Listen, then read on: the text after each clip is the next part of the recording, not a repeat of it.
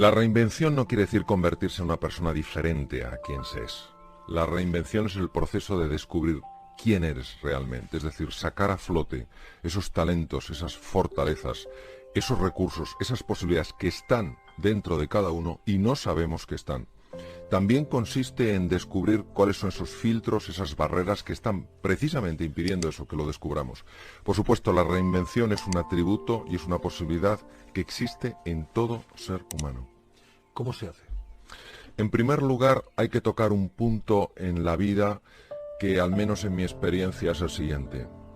Es un punto donde dices, hasta aquí. Algo fundamental en mi interior tiene que aflorar. Otras veces, sin embargo, no es necesario tocar fondo, sino sencillamente sentir la inspiración, bien por una conversación, bien a través de la propia reflexión, bien a través de una lectura, la inspiración de que nosotros podemos acceder a espacios de salud, de vitalidad, de sensación de seguridad, de confianza, que normalmente no nos parecían posibles. Un problema puede ser muy difícil de resolver y una situación puede ser muy crítica. Por ejemplo, la pérdida de un trabajo y sobre todo si lo han perdido todos los miembros de una familia. Y no podemos hablar de seguridades. En la vida la única seguridad que tenemos es que nos vamos a morir todos, antes o después. Lo que sí que podemos hacer es lo siguiente. Frente a un problema complejo, yo estoy llamado a ser de una manera determinada. Si ese problema, como por ejemplo la pérdida de trabajo, me está llamando a tener confianza en mí mismo, a luchar, a llamar a personas y pedirles ayuda, a buscar entrevistas de trabajo, a plantearme nuevos tipos de trabajo que a lo mejor no he hecho, empezar a formarme en un campo diferente. Y yo no doy esa respuesta, es decir, no, yo quiero exactamente lo mismo, yo quiero que me resuelvan el problema, entonces no estoy dando una respuesta en base a lo que la vida me plantea. Nadie está diciendo que esto sea fácil, no se puede minimizar el problema.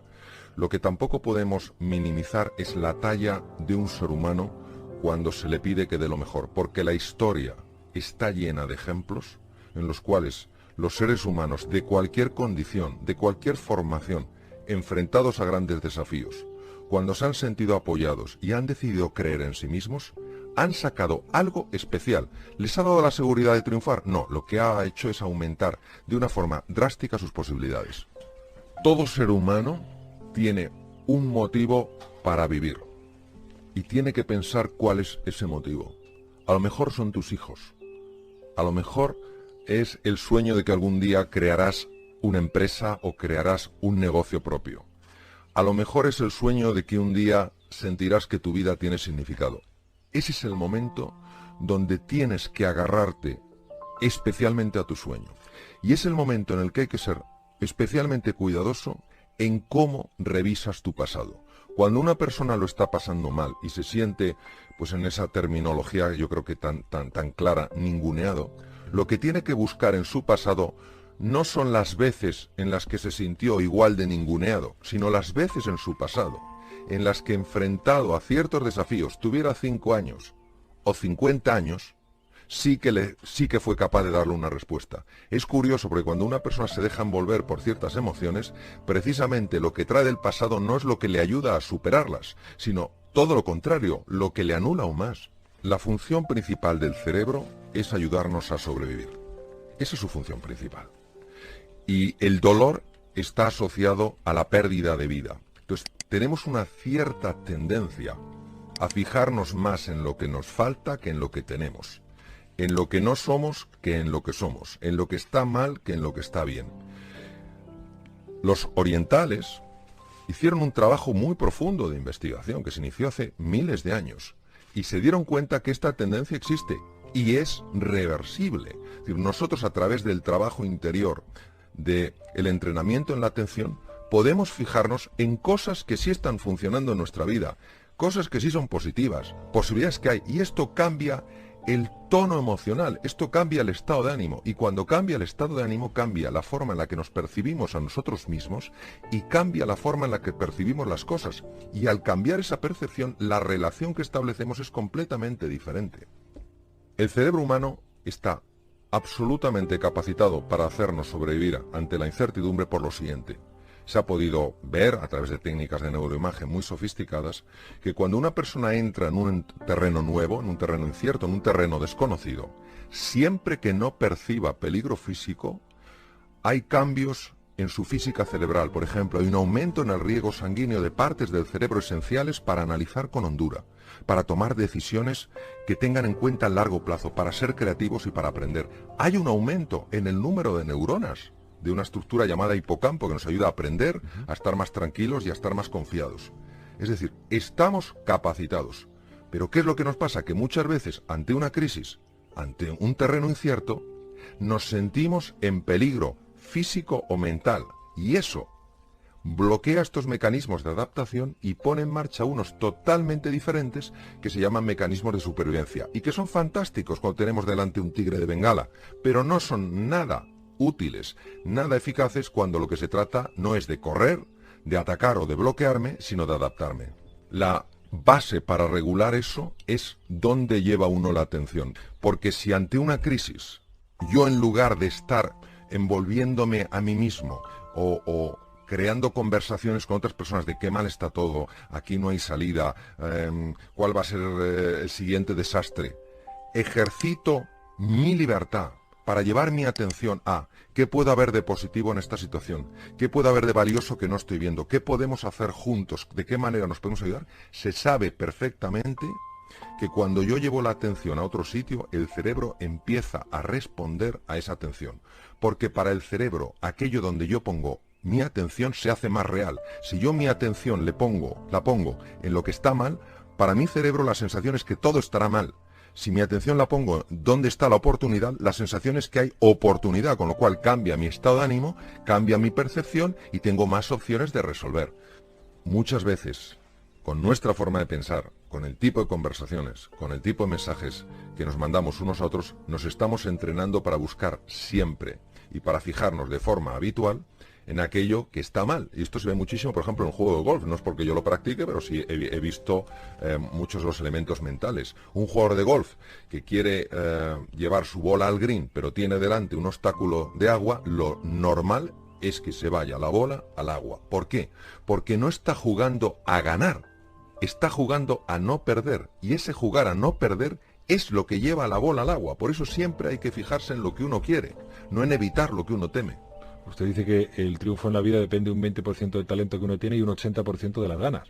Totalmente. Lo que el corazón quiere sentir, la mente se lo muestra. El cambio, al menos en mi experiencia, no es asunto ni de títulos académicos, ni de cociente intelectual, sino de ganas, de hambre por salir adelante. ¿Es lo mismo aceptar las cosas que resignarse? Son dos conceptos completamente diferentes, con impactos muy distintos a nivel cerebral. La resignación es asumir que soy alguien impotente frente a una situación.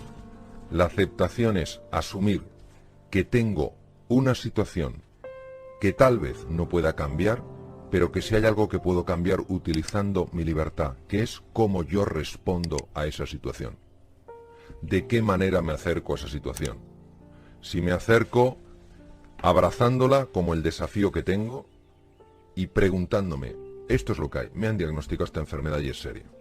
¿Qué voy a hacer a partir de ahora? ¿Vivir resignado o pensar qué puedo hacer para luchar contra esta enfermedad, para seguir teniendo ilusión? Este espacio donde aflora la capacidad y libertad del ser humano tiene un tremendo impacto incluso a nivel físico. Usted ha dicho también que tenemos que centrarnos más en lo que queremos que en lo que tenemos.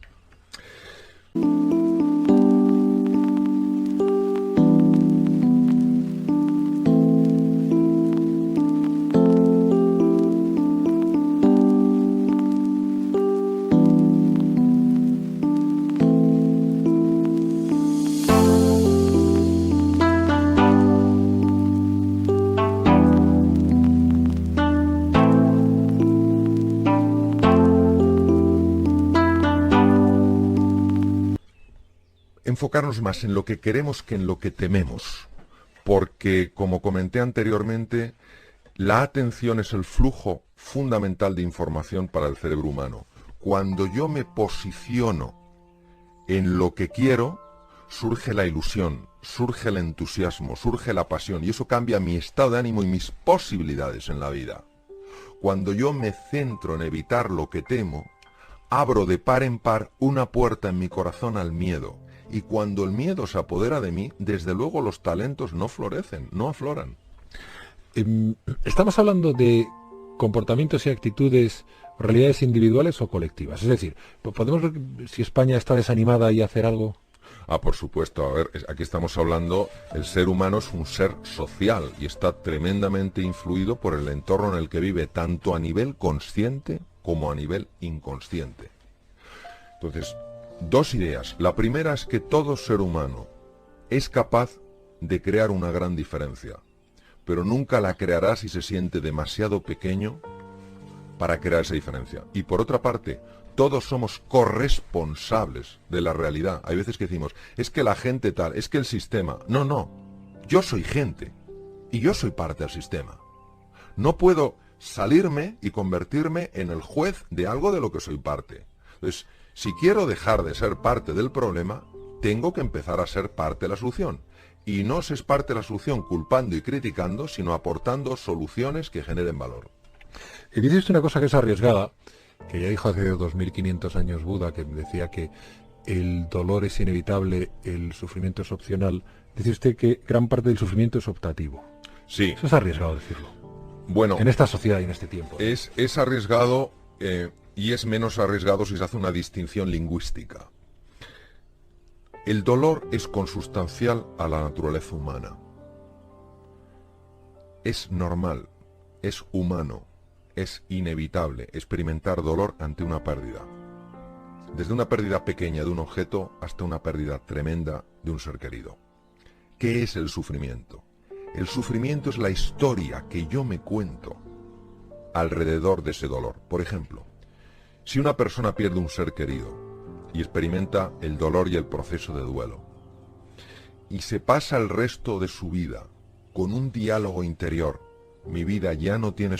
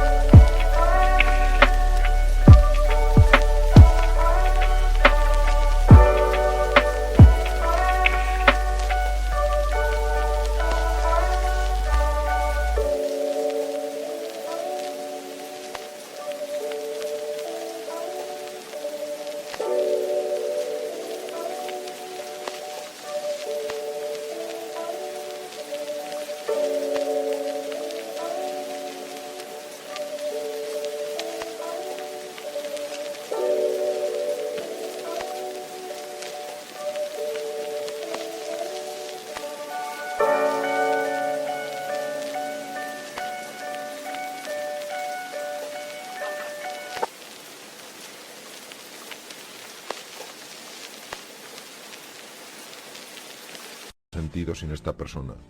Nunca más volveré a levantar la cabeza. Ese sufrimiento que se extiende a lo largo del tiempo es una consecuencia directa de la forma en la que esta persona está creando una historia alrededor de lo que le ha pasado. ¿Hay personas negativas? ¿Debemos huir de ellas? Distinguiría dos perfiles. Hay un perfil de personas que porque lo están pasando muy mal, pues ven las cosas desde el prisma de la tristeza, desde el prisma de la impotencia y la desesperanza. Para mí, estos seres humanos no son seres negativos, son seres humanos que lo están pasando mal y punto. Hay un grupo de personas, yo he conocido muy pocos en mi vida, aún así les he conocido, que sí entrarían en este perfil de negatividad. Son personas que parece que han hecho un entrenamiento y una especialización a la hora de aplastar y destruir sueños, de eliminar posibilidades.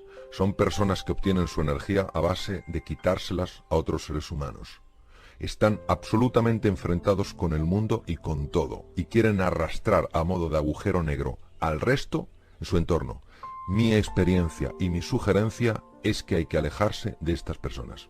Ha sido de verdad un placer. Muchísimas Buen día. gracias.